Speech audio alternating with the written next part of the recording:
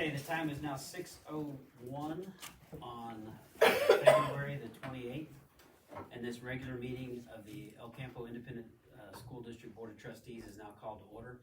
Let the record show that this meeting was duly posted in accordance with section 551.043 of the Texas Government Code with regards to postings of public meetings, and there's a quorum of members present. At this time, will we please rise for prayer led by Mr. Bragg, and we'll follow that with the pledge.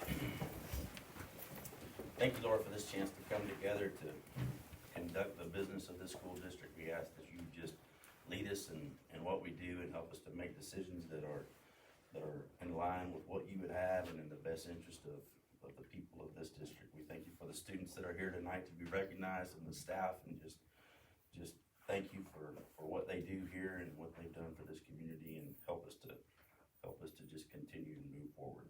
In Jesus' name, amen. Amen. I pledge allegiance to the flag of the United States of America and to the republic for which it stands, one nation under God, indivisible, with liberty and justice for all.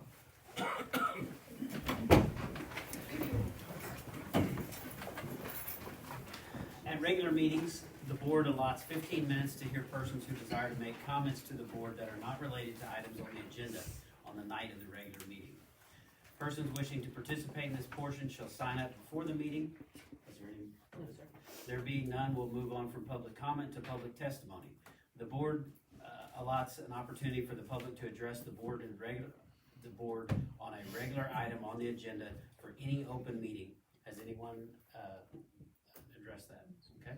There being no public comment or public testimony, we will move on to our favorite part of every meeting, which is recognition.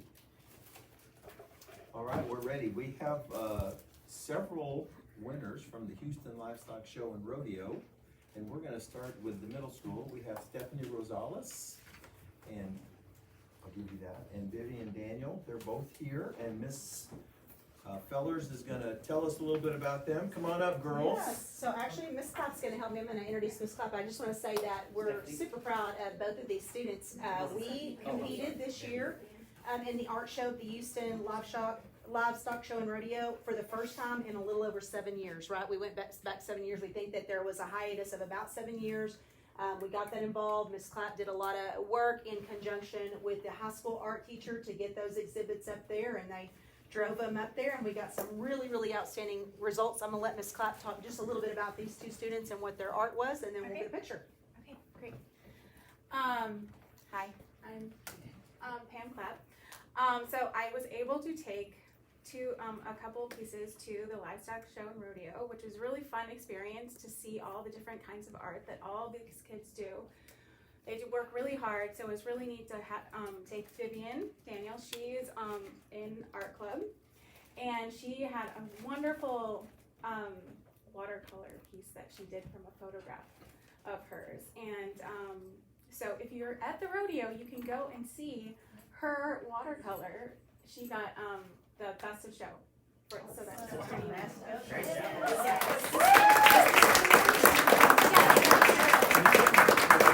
So board members, you have that in your board packet. Hopefully you have a digital And then picture. Stephanie, who looks like Stephanie, who could not be here. Let's get a picture. Picture? We always do. Come on up. And hold your certificate out in front of you so that you can Take off the stick out. Yeah, open it and flip it back. Oh, it's open. Oh, you can open it. There you go.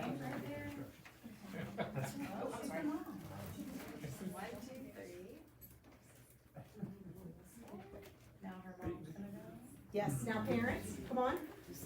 Oh, I'm good. I just got off work. Okay, jump up in there. Congratulations. Now look at the.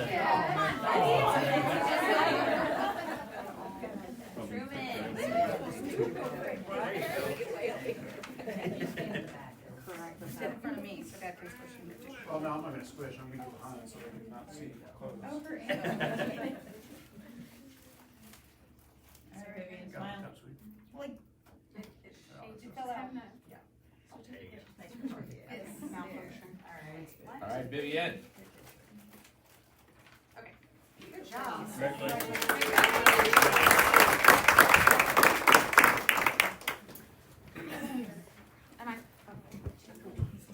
send you with this though, yeah, Okay. if that's all right.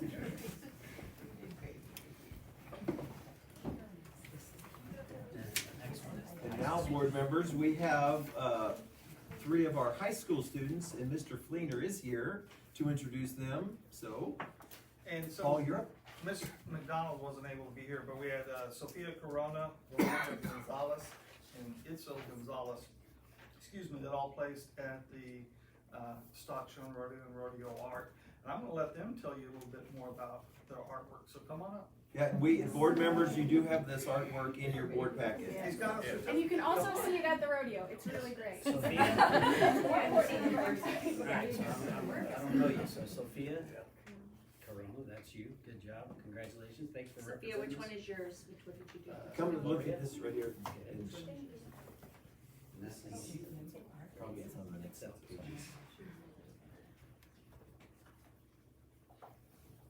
You want to miss the one, because there's 5 of them, we only have 4 pictures.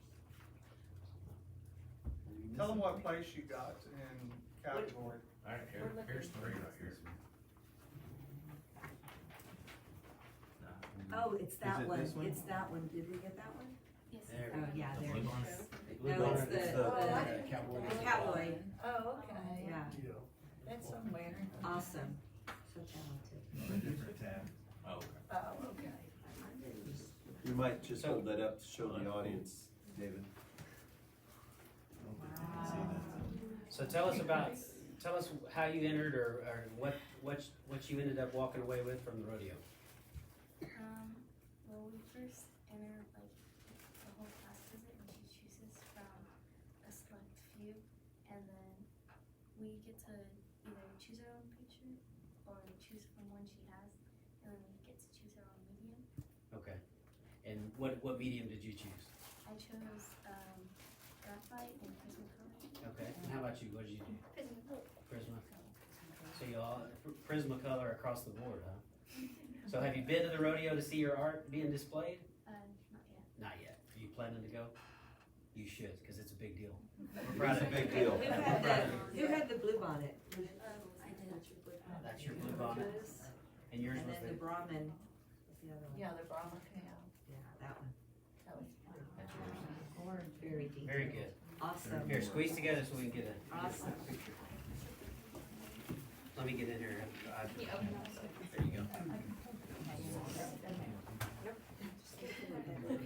Flip it, yeah, I can flip it back.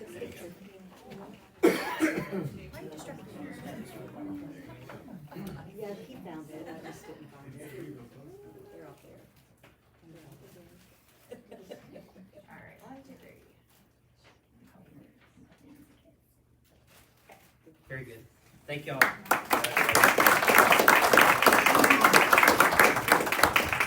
Ms. Kaufman, will you have their pictures up on the website? It's been on there, that's how I saw it, Okay. yeah. So you have, and you'll have pictures from tonight?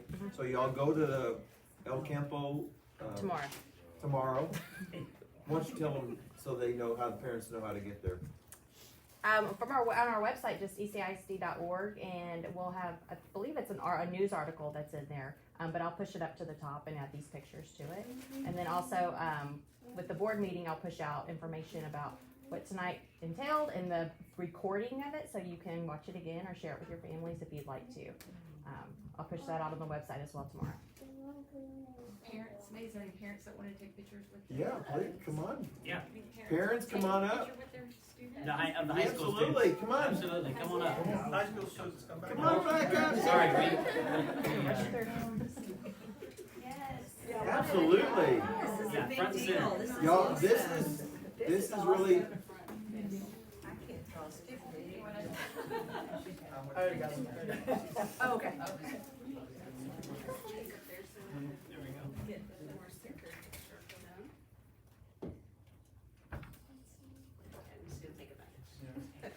Thank you. Good Okay, job. you want one too? 1, 2, 3. Okay, thank you.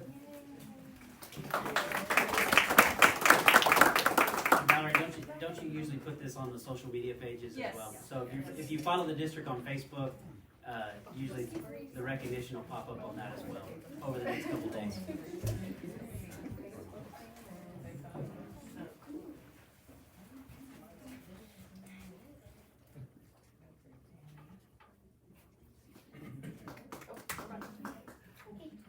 Y'all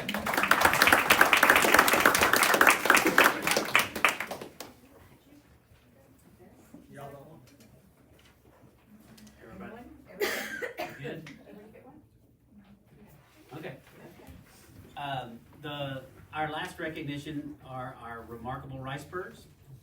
I'm gonna throw that on to Miss Starry because she just conveniently left me out of this, my favorite thing, and she left me out of it last Friday, so.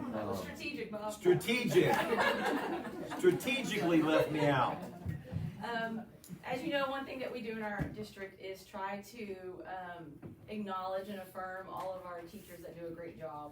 And we ask the teachers to share their moments and the different times that they've dealt with different teachers and how they stand out amongst their peers. And so we take those stories and we look at them. It's very hard to do because there's so many opportunities for teachers to earn this award. But we have 3 remarkable Ricebirds that we just selected recently. Donnie Clapp was at the middle school, Lippy Rosas was at Hutchins, and Caitlin Rose was at Northside. But I'm gonna let their principals each talk about them individually. So, Okay, so Sandy, you go I'm gonna first. take it off. all right, Donnie, you're up. So, You gotta come up here, Donnie. Oh, okay. There's no way you can sit in your chair. If the students had to do it, you have to do it. So just almost 2 years ago, Donnie found out that he had missed his calling. And he repurposed his life to teaching, and it was definitely where he belongs to be, for sure. So in those 2 years, he has been very impressive on the middle school campus. He makes great relationships with students. He goes out of his way to do things to motivate students in the classroom. But in addition to that, he's added a lot of professionalism to our campus, and he does a lot to enhance what is happening in our collaborative team time. We call it CTT. Again, Donnie brings a wealth of experience from the private sector that he can share with his team. He understands the skills that they need at a higher level of math because Donnie is very well versed in math. All the way through its kind of highest extent. And so just if you ever get a chance to watch Donnie as a collaborator in CTT time, you know that he is a true asset to his team. So we're very, very pleased to have him at the middle school. Thank you. Appreciate it.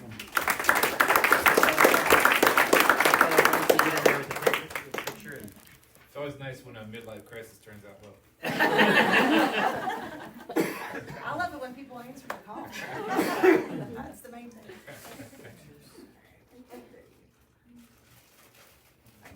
Family? All right, come on. Here, I got you. Y'all missing Powerfield? Were y'all, They skip. I gotta ask, were you Michigan fans before the national championship? Or the sweatshirts? Well, Pam's from Michigan. Oh, okay, there you go. Good for y'all. Good for y'all. Y'all aren't fair weather. All right.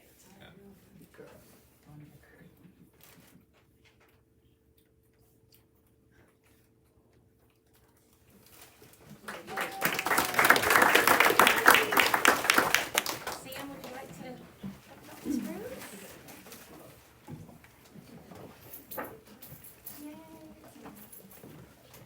So your real official first board meeting, you gotta do a speech. There we go. Well, from Northside Elementary, we had Miss Caitlin Rhodes, recognized as our remarkable Ricebird. Some of the wonderful things that were said about her was that she is inspiring to her team as a leader. She builds her coworkers up to work at that same level, and she's great at building relationships. I went a little further to kind of ask the kids what stands out the most to them about Miss Rhodes, and they said that she was kind and amazing. She's always greeting us. She always comes around to ask when we need help or if we're confused, she'll give us guidance. And then one little girl came back around at dismissal, so she really thought about this one. And she came back and she said, I thought about one more thing. And so then she shared that Miss Rhodes treats us like we're her own children. So, and that's from a little fourth grader. So she is making a huge impact, and I'm so glad that I get to meet you and work with you. So. Miss Morrison, everybody come on up. Nice one, come Kim. Yep, absolutely. Our teacher leader showed up too. Absolutely. Come on, Evan, let's go. You gonna take a picture with mommy? Come on. Yeah.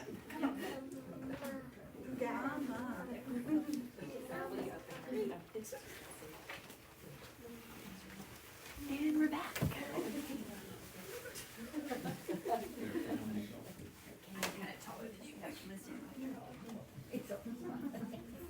Alright, 1, 2, 3. Great job.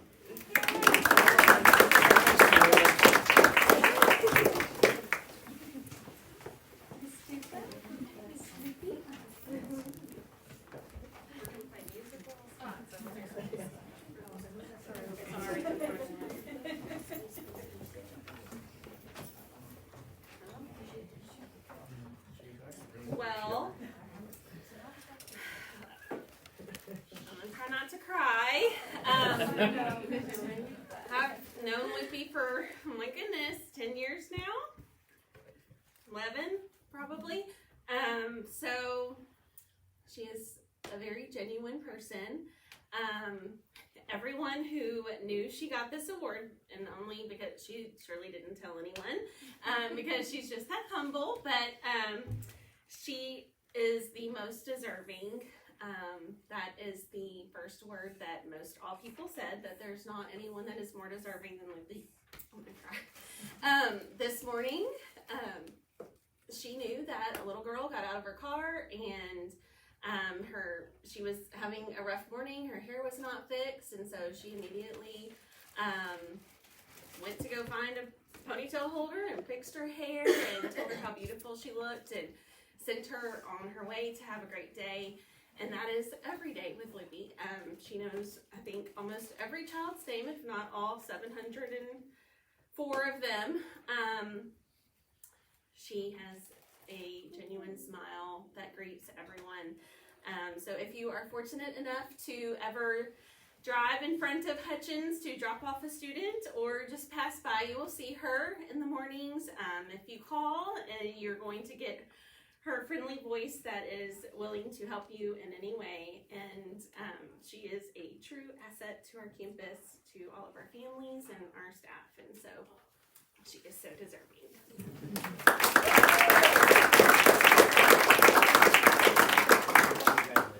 Thank you. Thank you. We would not know what to do without her.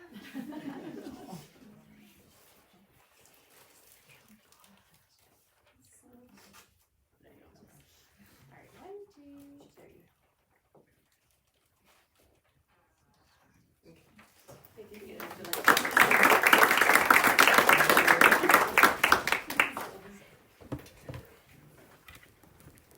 Well, our UAL Congress State qualifiers were unable to come this evening because I think their principal has them engaged in an activity tomorrow morning that they had to prep for this evening, so it's his fault.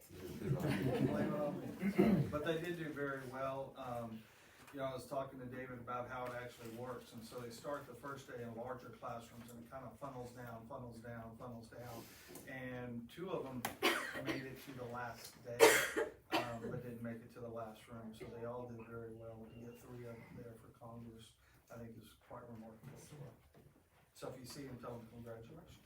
And I think they called and told Ms. Rivera that they would try to come back in March. Okay. So, We'll look forward to that. absolutely. That is, so that takes us past our recognition portion of the meeting. We understand that most of the crowd here is here to watch the recognition and not small town government. You're welcome to stay the rest of the meeting, but you're also welcome to get up at this time and go celebrate your recognition. But if you're interested, you can stay, but if you're not, we certainly understand. I'd go celebrate. Mr. Wells, you have to stay. Congratulations, everybody. Yes.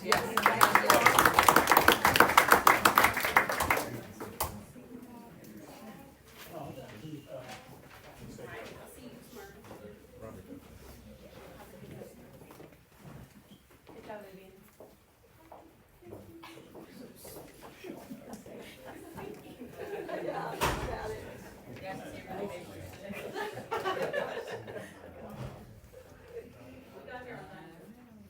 Okay.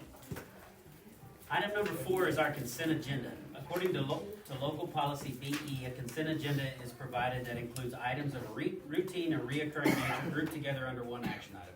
Board members are furnished background material for each of the items on the consent agenda. Unless a board member requests that an item be withdrawn for individual consideration, items are acted on by one vote without separate discussion. Is there anything that a board member would like to have pulled from the consent agenda to be considered by itself? There being nothing, I will entertain a motion for approval of the consent agenda. I make a motion. Have a motion by Ms. Smith and a second by Mr. Vallejo. All in favor, raise your right hand. Opposed, same sign. Motion carries unanimously. That takes us all the way down to presentation items to business, item 5B1, discussion of recent enrollment trends at El Campo ISD. That's Mr. Wells.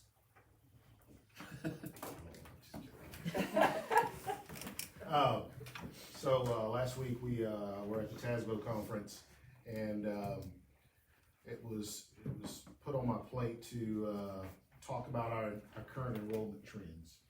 With everything that's actually happening in the state of Texas in education, they wanted us to come back and make sure that we briefed our boards on enrollment trends, whether you're a fast-growing district or whether you're actually seeing declining enrollment. So basically what I did is I just came back and I looked at the enrollment trend from 17-18 when I actually arrived in El Campo. And we're talking about enrollment numbers. When we start talking about enrollment numbers, the district in 17-18 had 3,660 kids. Our money generator, which was our ADA calculations back then, was 3,356. So we were basically funded for 3,356 kids. When we're talking about funding, you have a base formula of 6160 plus all of your enrichment that goes onto it. So it basically puts you roughly around $7,000 per kid. So 17-18 we had 3,660 and we were paid for roughly 3,356. 18-19 we had 3,654 students and we were roughly ADA wise we were paid for 3,363. Okay, so we go into 19-20, we had, you're going to start to see it's going down. We had 3,589 kids. Okay, then we were paid on 3,212. Can you hold on for just a Yeah, second? because I wasn't gonna pass this out till we went into closed session. Just let them look at the back page of this. I'm just gonna pass this out to the board members so they can see this, and if you would just kinda like do a. Back quick- page is what you It's said. the very back last page. page I'll give you. Just here. turn it over. Looks like this. I apologize, board members, I didn't. So if you look at this, when you see the LPE, if you look at the top, you'll see the LPE, the final ADA, which is our money generator, and you'll see the enrollment. Those are actual numbers. And if you look Hold on, so the LPE stands for Local Planning at estimate. Okay. So that's like, that's your legislative planning estimate that comes from the state whenever we're building our budget and when they're getting ready to fund us. They say, looking at your data, looking at your historical data, this is what we're planning on funding you with. However, that number may differ after you've gone through the school year and you actually see what your actual ADA calculation is. That's why you'll see your final ADA, which is called our money generator, because that's who we're actually paid on. And you'll see those trends. So we look at 2017, 2018, we go from 3,660 to our current year, we're at 3,324. Even our legislative planning estimate was all the way down to 3,048 kids. Now, Right now, if you look, you're gonna see first, second, third, and fourth. Now, that's your first 6 weeks, second 6 weeks, third 6 weeks, and fourth 6 weeks ADA calculations. So with that average, right now, we're at about 3,011 ADA currently, is what we would actually be funded on. And what you want to do is you want that number to actually be higher. So the higher it gets, the more you'll get during the settle up process at the end of the payment cycle. So we're at a 7-year low by a long way. By a long ways. So, just for us to be mindful of our enrollment trend. Is that still a COVID thing, or is it? So, here's the thing that a lot of people, fail to realize about enrollment. Enrollment is actually declining in a lot of places, especially in rural areas. So what happened with COVID is a lot of jobs have now gone to the city. So you see a lot of declining enrollment in a lot of rural areas that don't have a place for people to be employed. If you're in a rural area and you have a plant close, you still can feel the growth. But if you're in a rural area with nothing else, then a lot of those people have vacated and gone to the cities.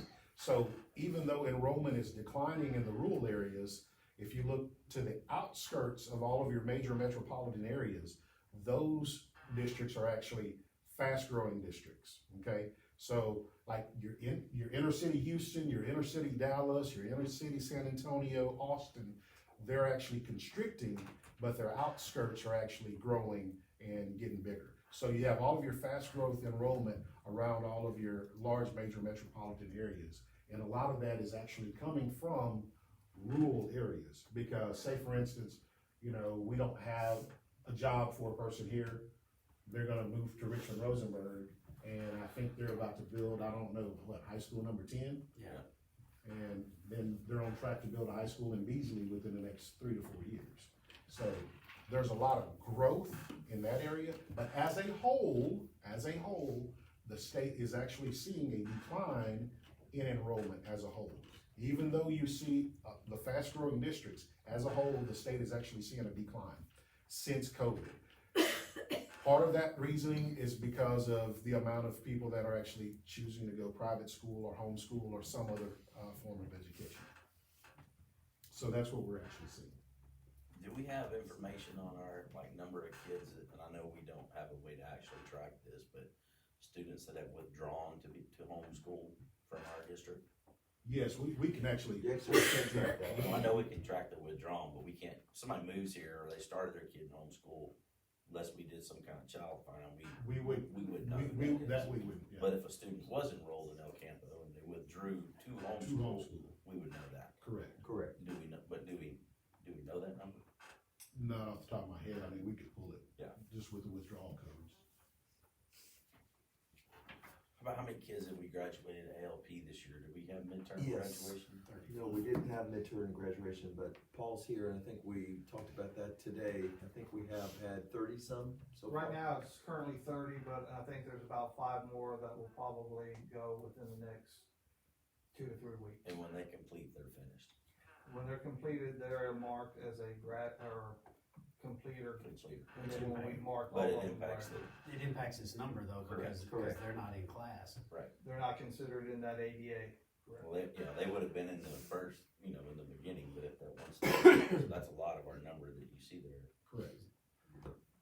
Almost that whole number. 30. Yeah. From 3027 to 2985. Okay. 210,000. Even I can do that math. Thanks, Mr. Wells.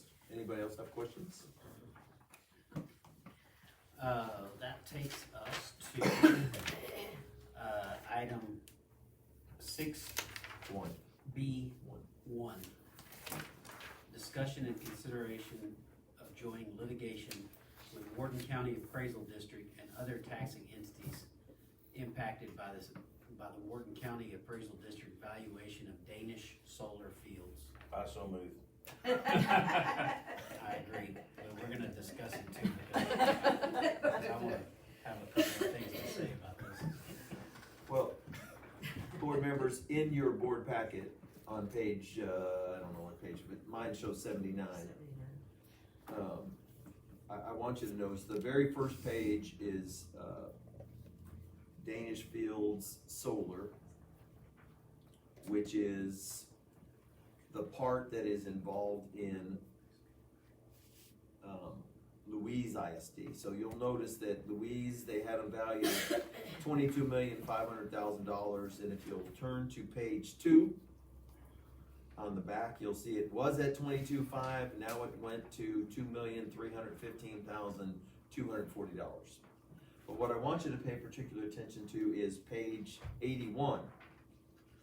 And in particular, El Campo ISD, the value that we were told, which by the way came late, if you'll recall, when we were in August, we did not get certified values in time to put that corrected 100% guaranteed number in the paper until after we put the data in the paper.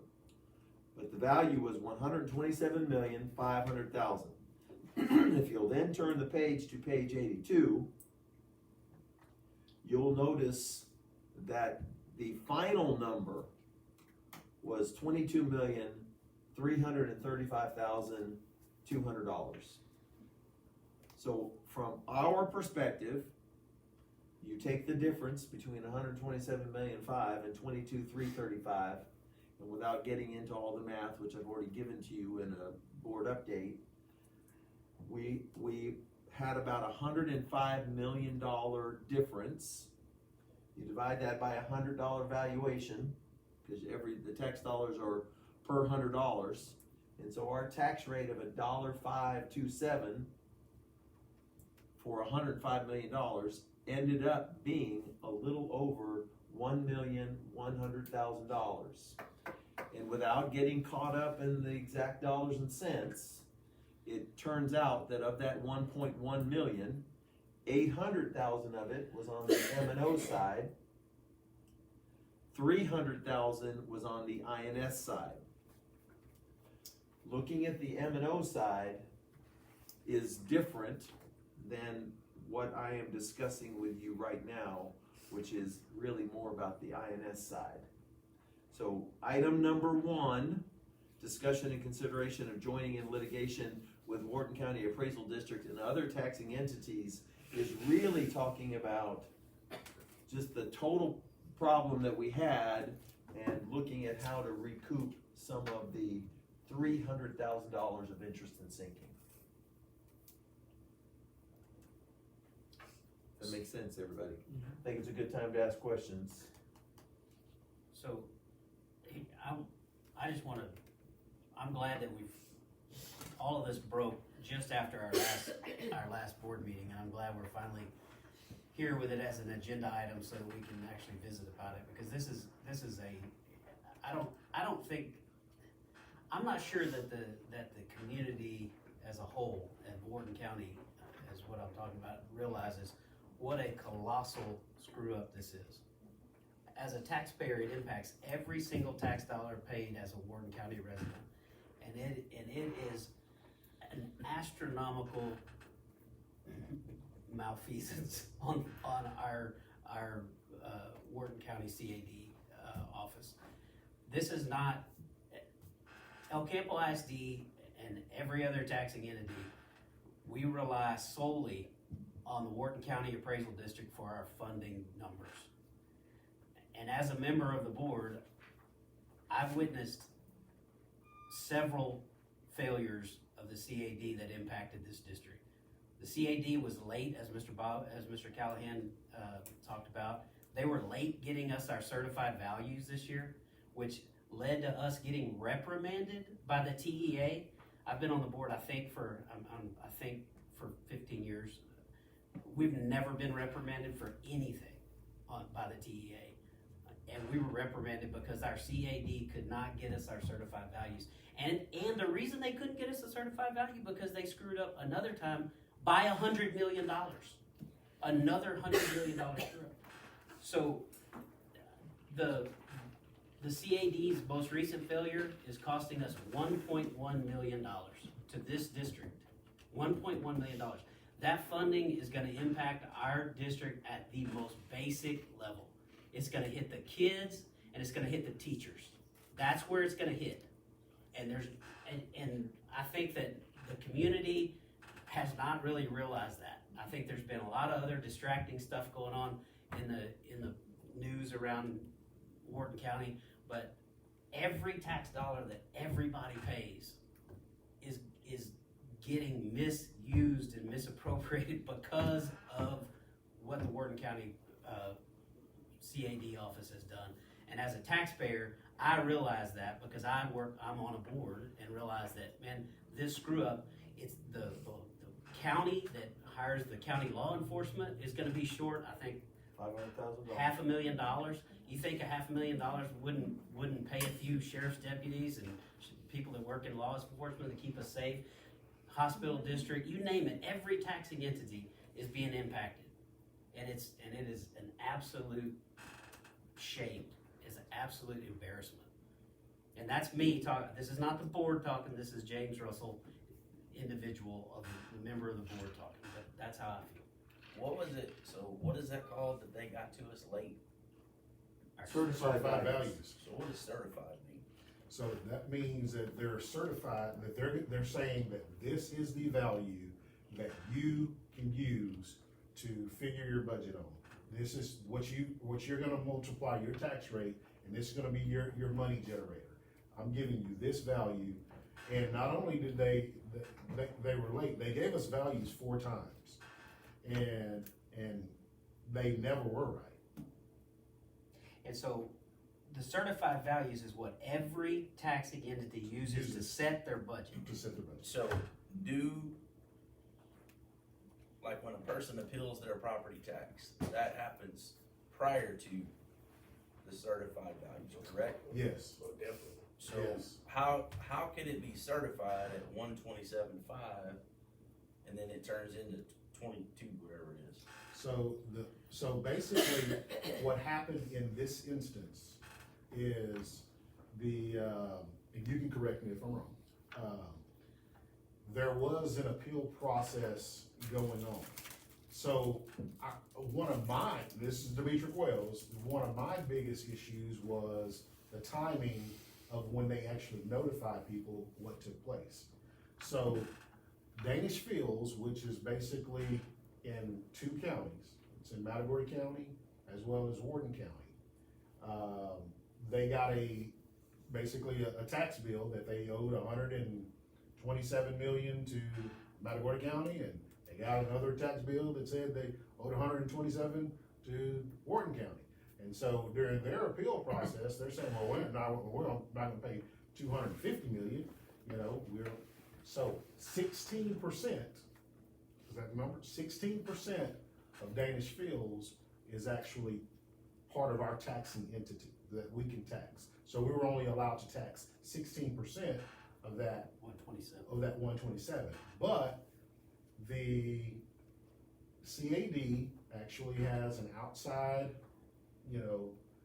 appraiser or whatever they contracted out for them to come in to tell us that these are the values of Danish Fields. And so it comes back to the CAD. CAD says that this is what the certified value is.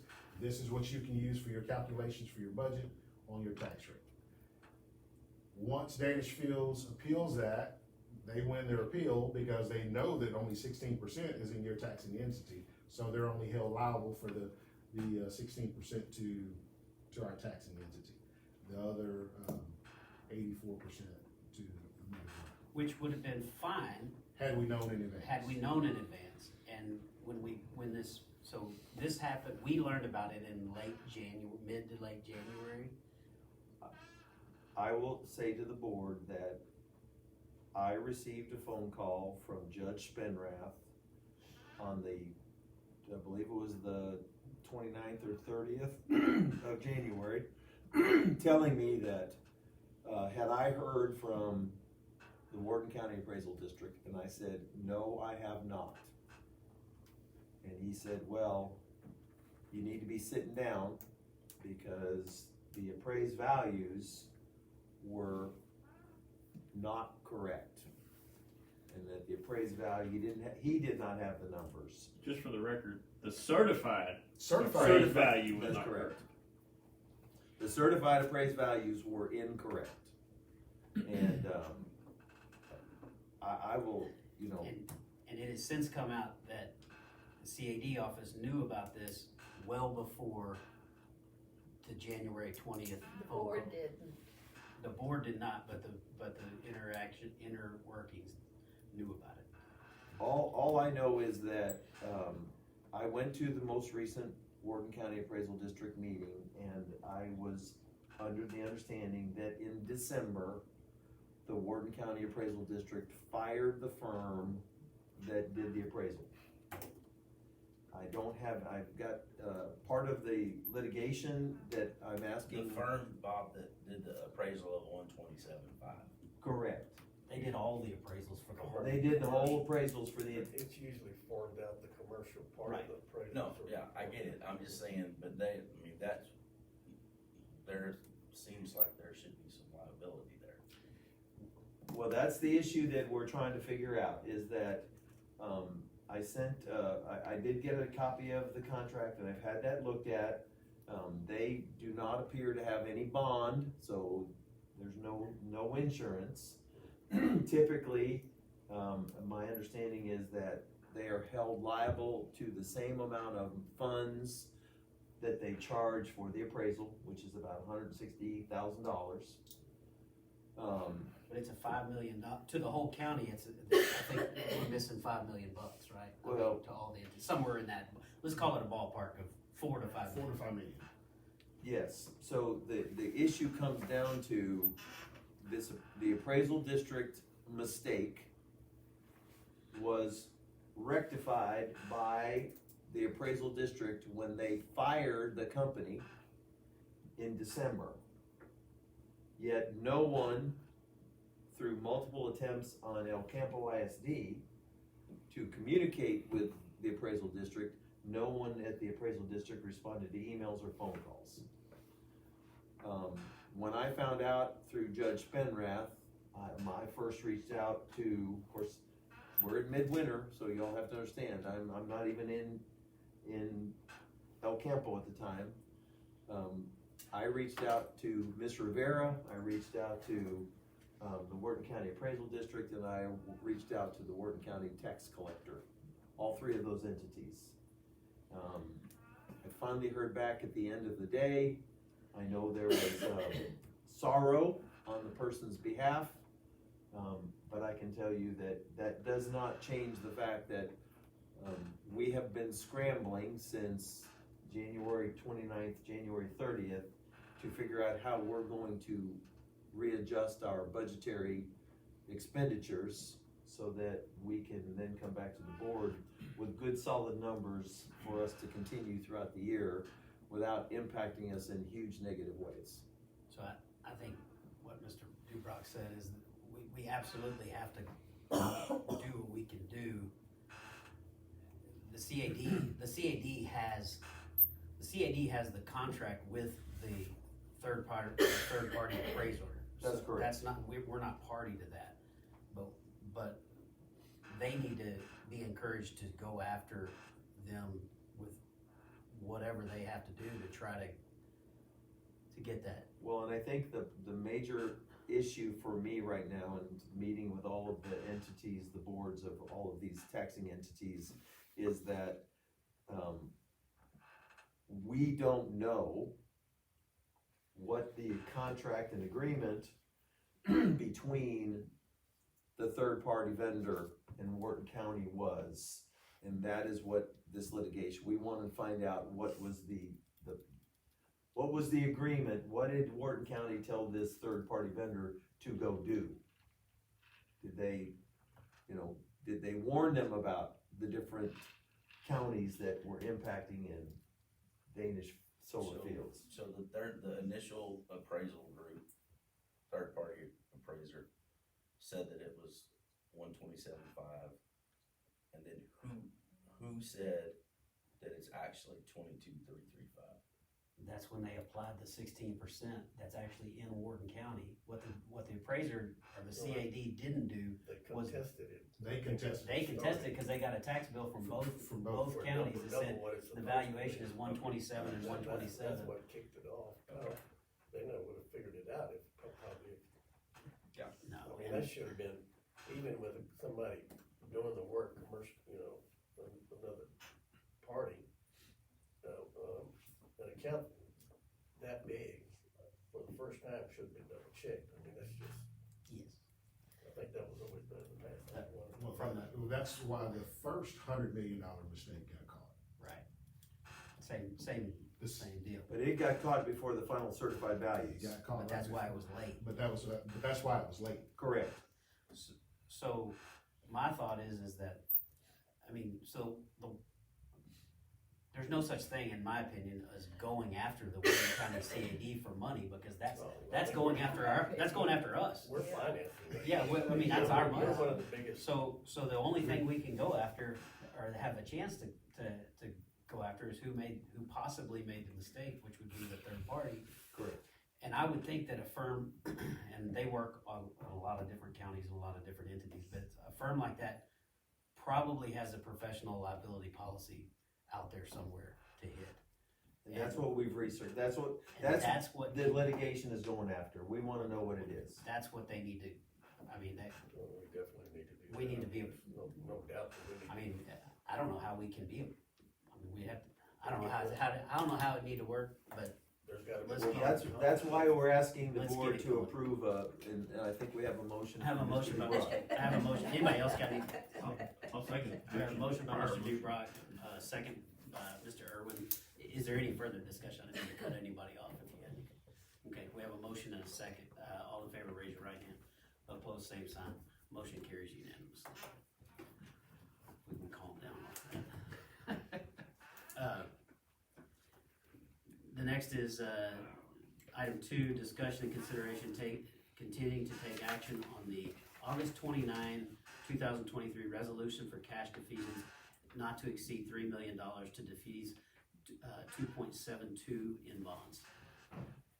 So board members, in this particular incident, this is where the appraisal mistake, originally when we taxed, we set to not go over 3 million, and we set to defease 2.72 million, but if we got excess revenue in our tax rate, then we could pay more in defeasance. What we're finding now, with the loss of that $300,000, and it just is coincidental. I don't want anybody to think that we knew this was coming. We did not know it was coming. We always were going to try to defease $2,720,000 with about $30,000 in fees, closing costs, etc., to pay this back. So what we're asking is to make sure that we feel we have the money. We feel when we kept our tax rate at where it was, that we have this money to pay back those bonds, so that somewhere down the road, the board could go back after bonds without having to impact the taxpayer.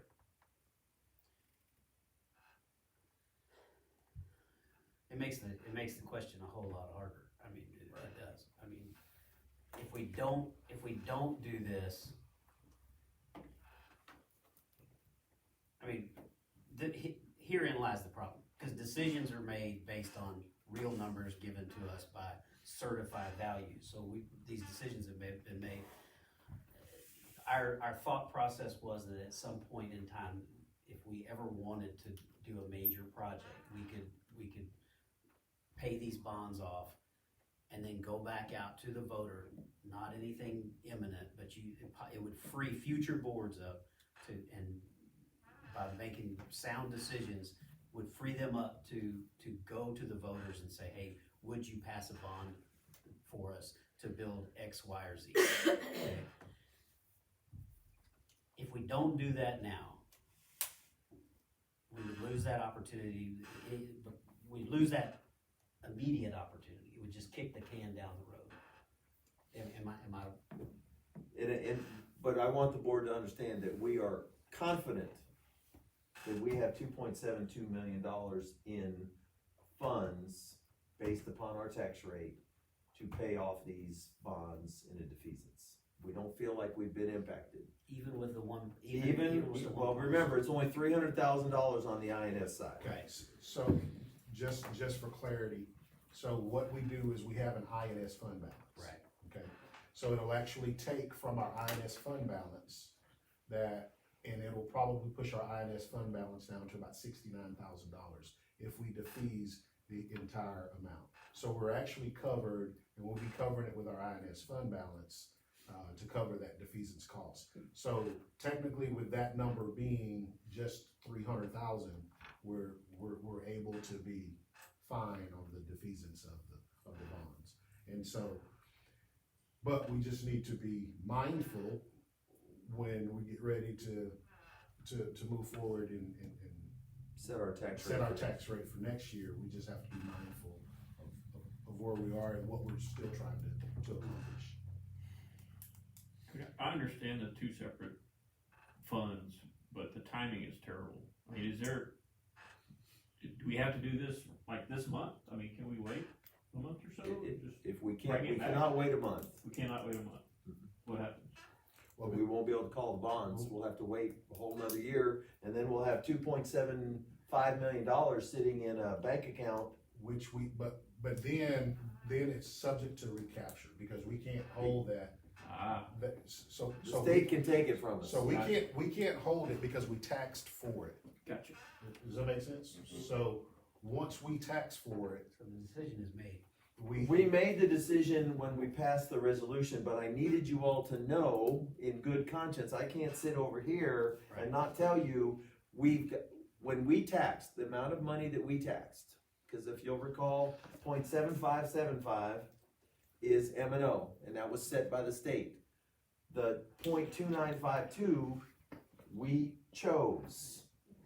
In that 0.2952, we have generated enough tax to pay for this. We also knew that at 0.2952, we would generate a little bit more, which is why we set correct. the amount of defeasance at 2.72 with a potential to go to no more than 3. Because it does have a cushion built in. It has a cushion built in. The issue that we're bringing to you now is we no longer have the cushion. So it's basically covering, It just, and it's gonna take about $100,000 out of our INS fund balance, probably a little bit more, maybe. depending upon our It tax, just depends on depends on- our collections. depends on our collections. It seems to me that, I mean, Where is, sorry, James, go ahead. no, it seems to me, what I'm hearing is that it's kind of a done deal. We need to move forward with that. Yeah. Otherwise, we run the risk of losing Well, the so, money so, that we've so, already. so here's the reason you run that risk is because you taxed for it. Right. So then once you've taxed for it, because INS and M&O, with them being two totally different things, on that INS side, when they get ready to do the reporting, and when we report our INS collections versus what we actually paid out of our INS, if we sit there, because you can't run a large fund balance on the INS side. Because we were at pretty much the cap on our INS fund balance. Yeah, I mean, if the money's there, it's not that. Just for, where did I see the number that there's pretty decent interest savings, wasn't it, on? Huge interest Huge. savings. Yeah, What- it's what a is lot. that number? No, it saves us a lot. Yeah, but what is the number, do we know? I don't know it off the top of my head. We We discussed talked it, about it we when talked we about did it when we, I know, and it was a no-brainer. It was significant. It Yeah, was very I significant. think that number is in your board packet. I thought I saw it, but I can't find I think it is in there. I just gotta give me a. It's the resolution from, yeah, it. Net PD saving? about $450,000. About $500,000. We will say, by paying 2.72, it's really like we paid 3.3. Correct. So we don't feel like it's a good idea to recommend to the board to split the money away. We feel like we tax for it, we should pay for it. We just happen to be lucky that we built in a cushion. That is what we need to plus we need to make sure our taxpayers understand, this is INS. Has nothing to do with M&O and paying salaries. It is too, And say what that, if we didn't spend that money on this, we could lose it.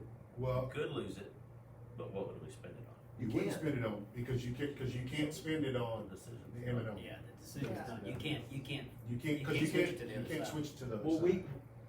but I think it was important for Mr. Wells and I to make sure that you guys understood so you could answer Right. questions that come from the taxpayer. That's the only reason for bringing it up. okay, so, Sorry. go ahead. Does the motion need to include the $2,720,000? Yes, plus fees and closing costs. Well, with your permission, I'd like to make a motion to approve to defease $2,720,000 in bonds plus $2 million. $2 million, sorry, I'll $2,720,000 in bonds Plus in closing. addition to closing costs.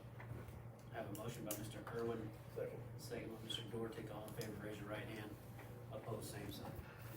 And we appreciate the board understanding Motion that, carries unanimously. but we appreciate the board understanding that this is not of any fault due to anybody on the board or in El Campo ISD. This has all been created because of the Wharton County Appraisal District's miscalculation of taxable values. I think it's a benefit to future boards when they're ready to go do something. Mm-hmm. Yes, for sure. That takes us to C1, discuss and consider necessary actions to cancel the May 4th, 2024 board election and declare unopposed candidates elected. I'll seek a motion. I so motion. Have a motion by Ms. Nahavitz. Second. Second by Mr. Dortick. All in favor, raise your right hand. Opposed, same sign. Motion carries unanimously. Well, congratulations to Ms. Smith, to Mr. Dubrock, and Mr. Russell for 3 more years. Thank you. It's a win.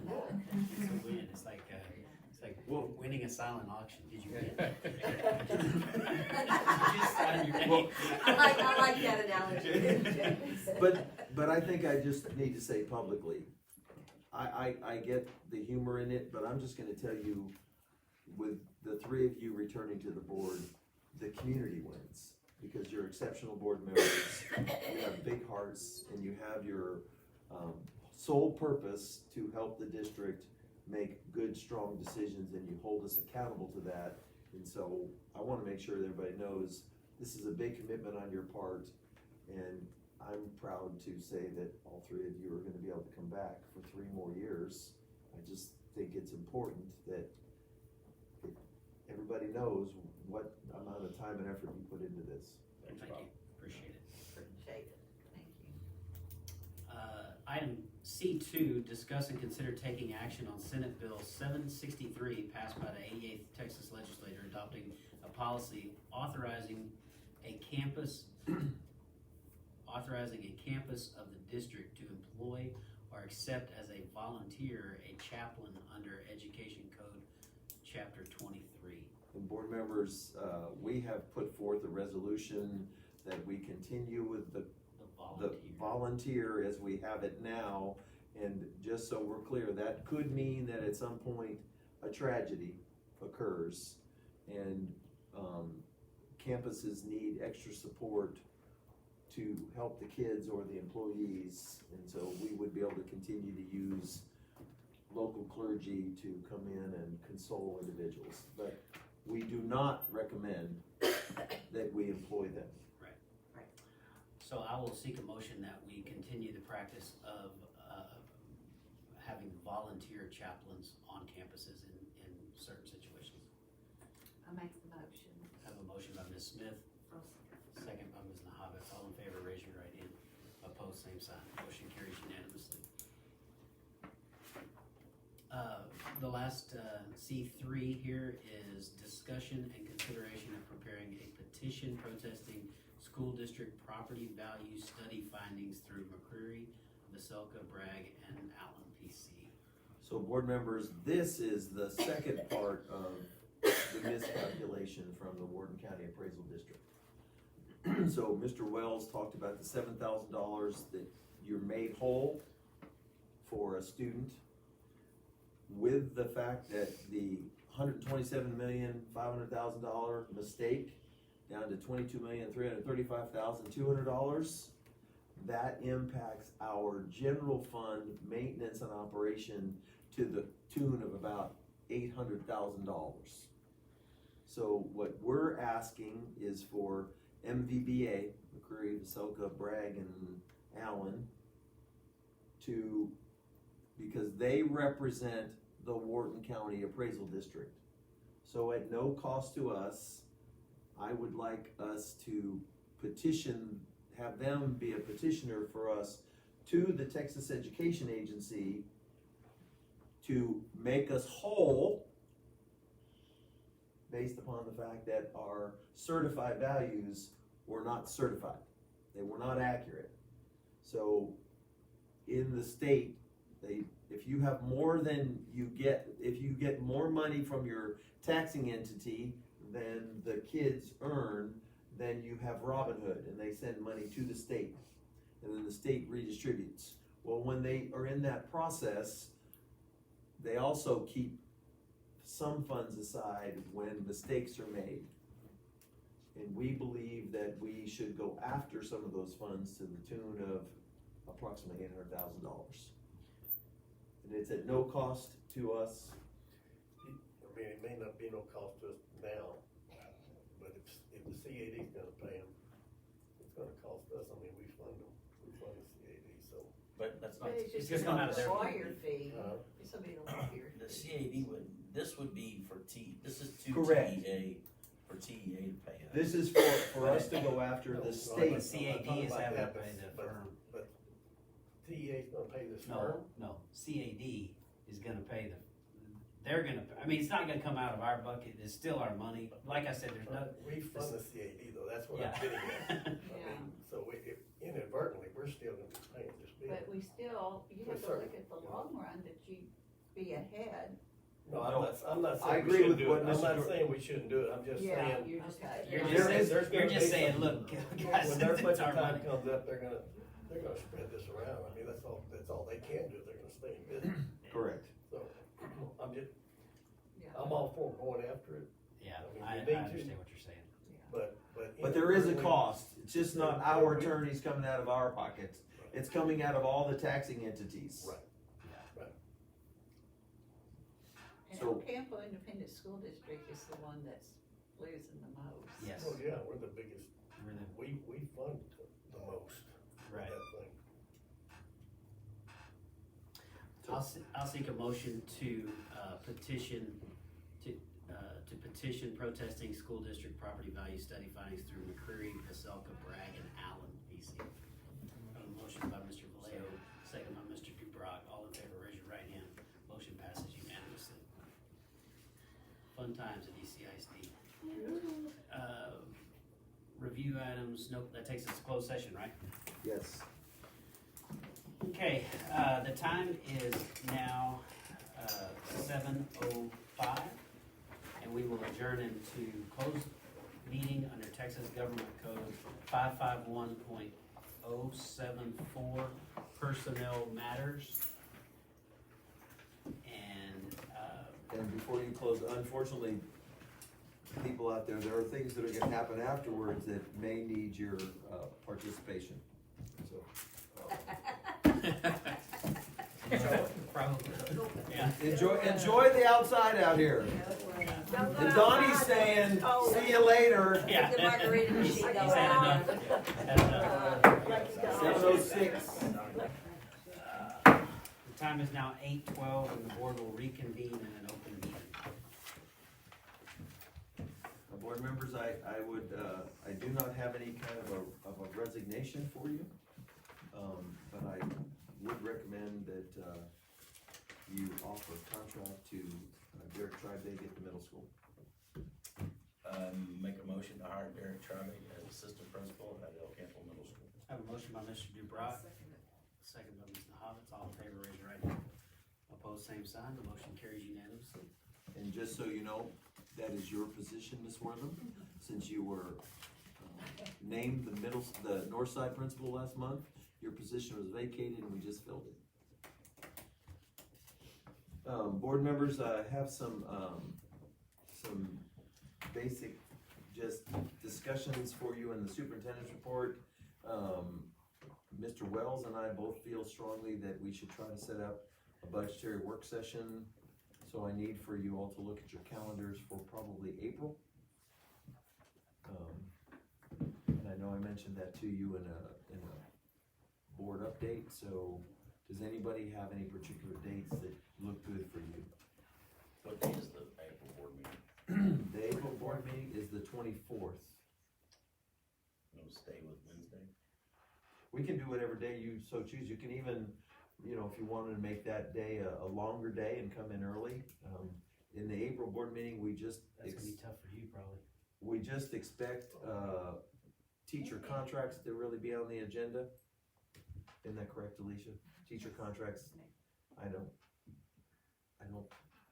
envision there being a whole lot, but we want, if you do it earlier in the month, you give us an opportunity to prepare things that potentially could be needed to be passed at the April board meeting.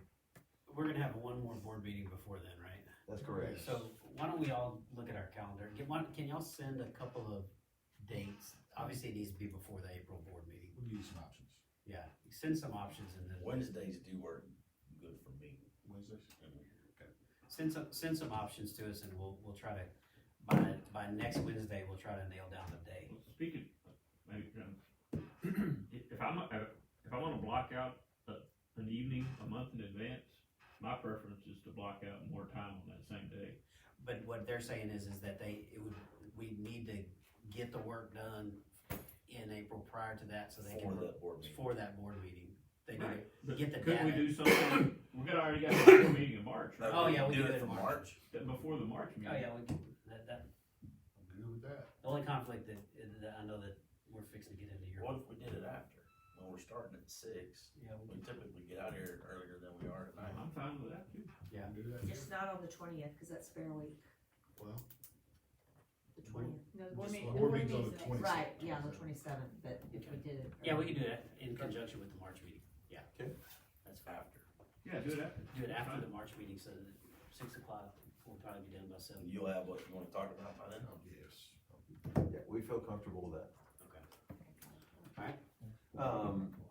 So discuss 24-25 staffing. So I have all the principals here. Mr. Wells and I have met with all of our principals. So anybody wanna, I mean, y'all have been given your direction and marching orders. How do y'all feel about your direction and marching orders? Paul, do you feel comfortable with the? I mean, I think it's doable. It's the difference with the high school, right? And Mr. Brock, you know that, is that, at a high, if I was at another campus, then I have a 4 through 8 generalist, or I have an EC through 6 certified person. They're all kind of the same. If I lose a physics teacher, I have to have someone that can teach physics. If I lose a ag teacher, I've got to have an ag teacher, right? And so those are a little different with that. But I think we can reduce, it's just trying to do it strategically. And Ms. Wortham, I guess you're next on the agenda. Are you comfortable with the directions that you've gotten? Yes, sir. Okay. Any problems for you? I think it just goes back to strategy again, so. How about with you, Ms. Tupa? Okay, got a plan. Got a plan. Ms. Cooey? I'm good as well. Well, and I do have to say, in Ms. Cooey's defense and Ms. Tupa's defense, their plans have already kind of materialized already, so there isn't, Oh, yeah. Yeah, there isn't a whole lot of, Makes it a natural, and we've also talked about, you know, potentials of looking at staffing, so, support staff, professional staff, anyone wanna make any comment? Cause we've tried to talk about the numbers, particularly in the professional side. Paul, I guess you probably have the most support staff. I mean, there's some possible cuts that we can look at there. You know, I was looking at some of the trends with Demetrius, and I know where we're over, right? There are some departments that are a little more well-staffed, but we have to have, you know, part of the issue is gonna be with dyslexia going under SPED, right? We've seen a lot more kids moving into that for dyslexia. We haven't offered dyslexia services such as a pull-out class or that. One, because the research doesn't say that it's effective really past middle school. But we may have to continue to monitor some of that and things like that. But we do with we've got some of our ESL or life skills, some of those, and there's some other support staff that we can possibly look at. You know, when we look administratively and on the counseling sides, it really comes down to decisions that we wanna make, right? Where do we wanna put the value with that?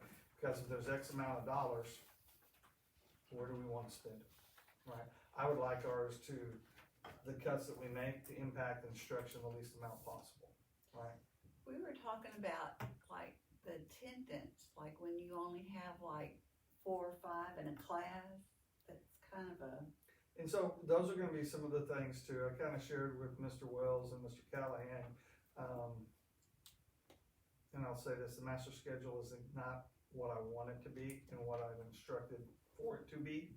And so there's some things we're kinda working out there, and it will be what I would like it to be next year, or at least closer to it. Do you do the masters? I do, and then I would give some instructions, and it would go into the computer, and what I would get back was not what I'd given. And I think, Ms. Starry, you might wanna, cause we had that conversation with Mr. Fleener about, so can you give some guidance on what your, because one of the things that I know that the board, we do not have a policy on is like class sizes. So, I think Mr. Dubrock mentioned that it was a procedure that we used to follow. And so, I think it's gonna be like what he's saying, being strategic about what you're doing and putting your teachers in the right place, knowing class size, but keeping in mind that some of the courses that they take have to, for safety reasons, have to be a lower number. I mean, 4 or 5 is not okay, but you know, you might have a 15 or 20 because of what they're doing in the class. But your core classes, you know, there's no reason why we couldn't have 25 kids in a class, at the high school level. So being strategic, is gonna be key. So. Yeah, on the CTN, there's some class size limits for, cosmetology, there's a limit for that. You know, we can only fit so many students into the culinary labs, we only have so many welding stations and kids that we can monitor with those.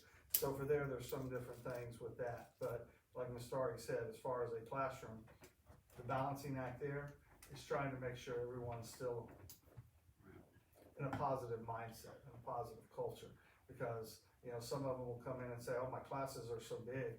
I go look at your numbers, 18, 20, 21, and I'm like, go down to LCISD and then try and say that, you know, that's not the case. So it's all relative. Well, go ahead. no, go ahead. Obviously, those are all y'all's equations to solve, but we are very interested, so we appreciate the effort. Well, I think that, Mr. Wells, and he's looking very hard at, how we're staffing, and I need to remind anybody who's watching the video tomorrow that when COVID came, we had to have a 15-foot radius, or a 6-foot radius around every child. So in all directions, so it's basically what I could say is 15 feet from here to here had to be nobody. It had to be, so we were manipulating our staff. Those days are no longer in existence. So we've gone 2 years without any biennium funding from the state government. We've gone a situation where the CAD has miscalculated the valuations, which impacts our tax revenue.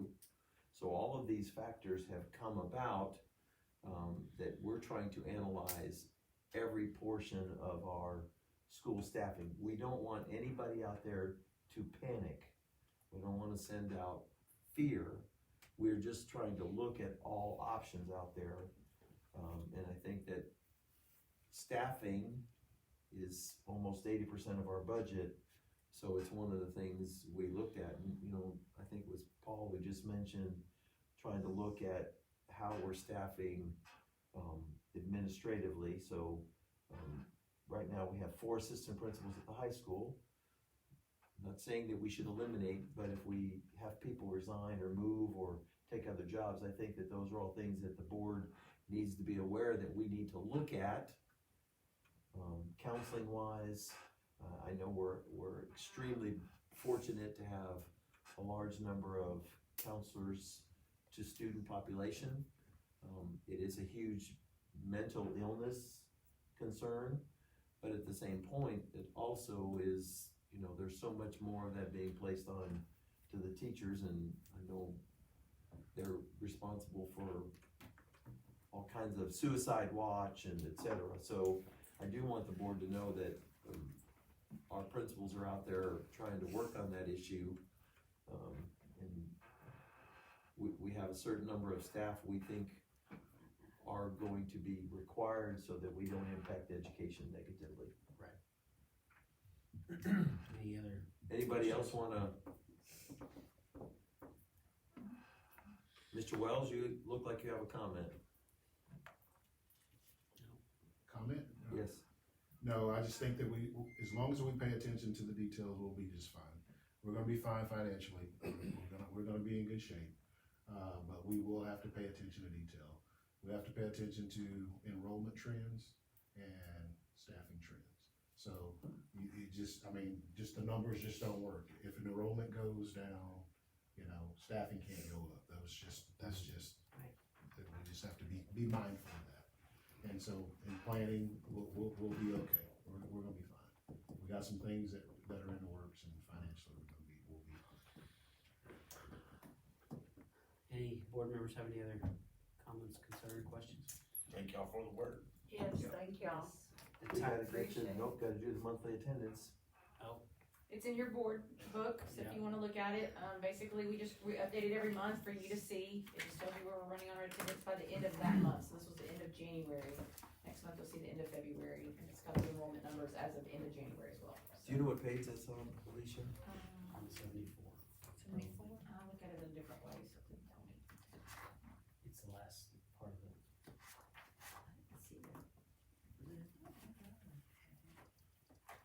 Well, that's why I was asking. I didn't. While you're looking on those long meetings, is Mr. Wells gonna cook for us? That's a long time to go without a Seems meal. appropriate. That's inappropriate. You'll have food. I'll make sure you got dinner. I didn't see it in there, is the reason I'm asking. I always look through Quick View, and I It's click like, on the I didn't see it, attachments, but it's here. and it's there. Yeah. It's there. It's So- there, it's there. I saw it. I saw Yeah, if it. you look under Quick View, it's attached, so. Maybe I didn't do the attachment. Was there anything you wanted to point out on this? Well, I think that my reason for bringing it up is that, I can give you an overview real quick. It's, basically, attendance wise, compared to this time last year, everybody was up. Hutchins was just off a 10th, and that's it. And then, of course, enrollment's down a little bit, but when the attendance, everybody was up. part of the reason I brought it up is because, and Mr. Fleener just left. But, yeah, I did. Oh, okay.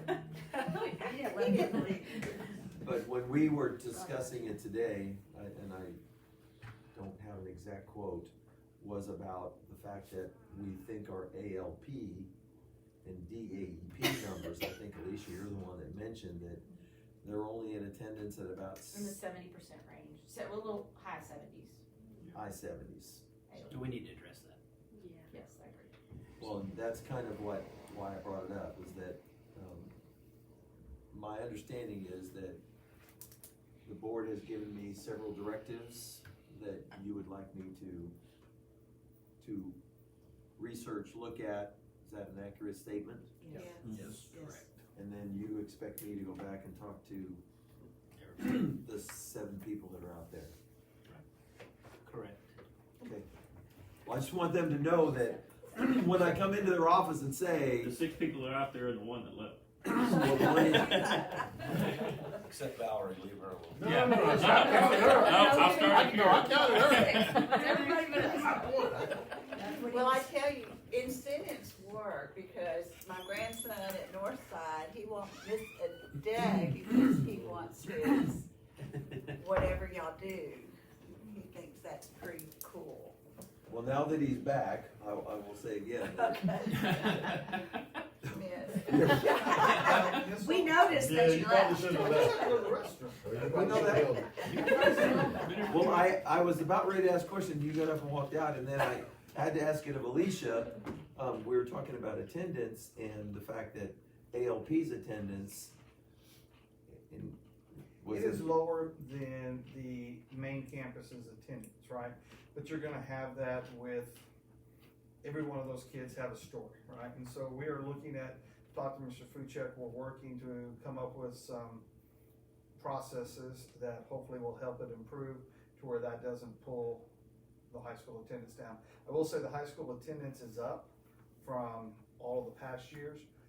Problem with that is when we go then and look at the refined ADA, our enrollment's down, so our refined ADA is down, and the money we're generating is Right. less, even with the increase. So and That's what my we comment like was, to we need to address. look at that. And that is what prompted me to say that the board has given me some directives, and so of the 7 people out there, I need you to recognize that they have. But I will say this, right? In looking at that too, we're not really losing ADA with those kids at ALP. Okay, and follow me with that, because a lot of those were not coming to school on the main campus. And so they might have been administratively withdrawn, okay? If they were, some of them were discipline problems, they were going over to the AP, their attendance was poor there.